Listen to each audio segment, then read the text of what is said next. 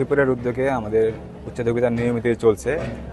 আজকে পানি উন্নয়ন বোর্ড লক্ষ্মীপুর এর আবেদনের প্রেক্ষিতে জেলা প্রশাসন কর্তৃক আমাকে দায়িত্ব দেওয়া হয়েছিল এই লক্ষ্মীপুরের রামগঞ্জ উপজেলার বিভিন্ন জায়গায় উচ্ছেদ অভিযান চালাতে। পানি উন্নয়ন বোর্ডের জমিগুলো আমরা যেগুলোতে অবৈধ স্থাপনা ছিল সেগুলো আমরা উচ্ছেদ অভিযান চালাচ্ছি।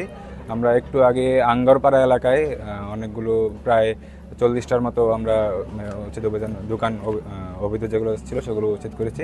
এখন আমরা এসেছি কাঞ্চনপুর ইউনিয়নে। এখানে বাঘা মৌজায় আমরা মোটামুটি 58টা আমাদের লিস্টে আছে। 58টার মধ্যে আমরা সবগুলো উচ্ছেদ করে যাব এবং আমাদের এই উচ্ছেদ অভিযানে উপজেলা প্রশাসন, আমাদের পুলিশ বিভাগ, আমাদের সেনাবাহিনী সবাই সর্বাত্মক সহযোগিতা করছে এবং সবচেয়ে বেশি সহযোগিতা করছে আমাদেরকে এলাকাবাসী, তারা সবাই সাপোর্ট দিচ্ছে। আমরা আশা করি আমরা একটা সুন্দর এবং সুষ্ঠু উচ্ছেদ অভিযান সম্পন্ন করে আমাদের লক্ষ্মীপুরে জলাবদ্ধতা নিরসনে ভূমিকা রাখতে পারবো।